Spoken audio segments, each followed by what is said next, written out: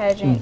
The age group is from 14 until 18 for teen, and for the teen division. And I'm currently 16, but when I go and compete at nationals, Miss Teen USA, I'll be 17.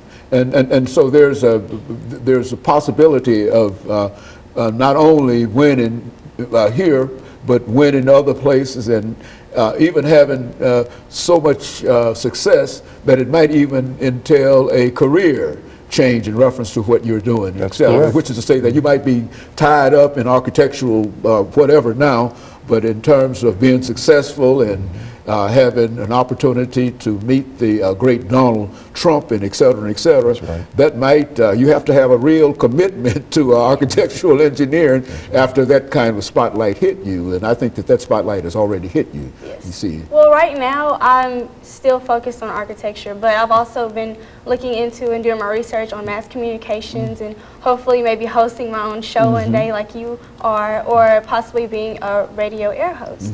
So. All of those things buy in together. You don't necessarily have to be proficient in all of these areas, but once you have a desire to do whatever you wish to do and you've been successful, and that's one thing about success. Success breeds success. If you've been successful, it gives you a kind of confidence perhaps now that you've never had before. And so you're ready, and I'm sure that the family, as you can testify, is really behind her. We are. You've indicated that the church is behind her, and your organization, your workplace is behind her, and et cetera. So I don't see anything that could, in a real sense, keep her from being successful. That's true. I also have to mention that Miss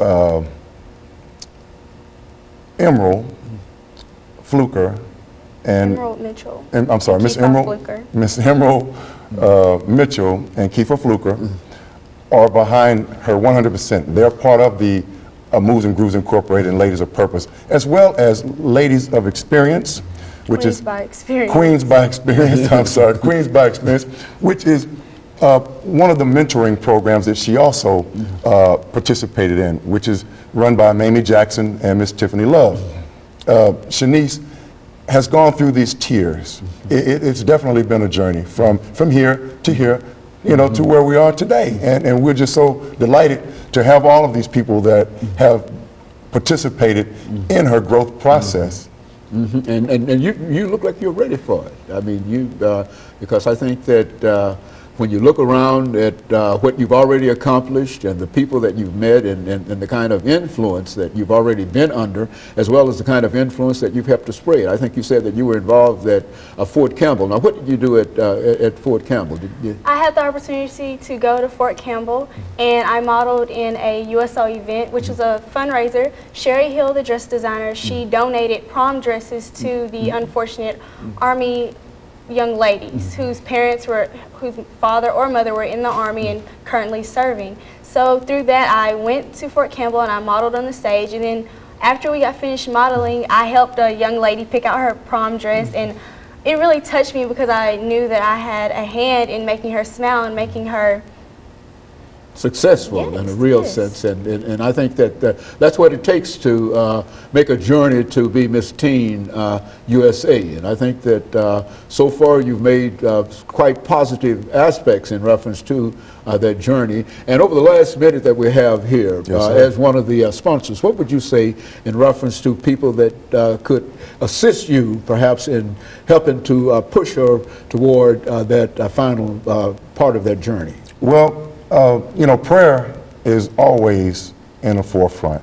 We ask for prayer. I can't necessarily solicit for sponsorship at this point in time simply because she's under the tutelage of Greenwood Production, and they do sponsor a lot of the things that Shanice currently participates in.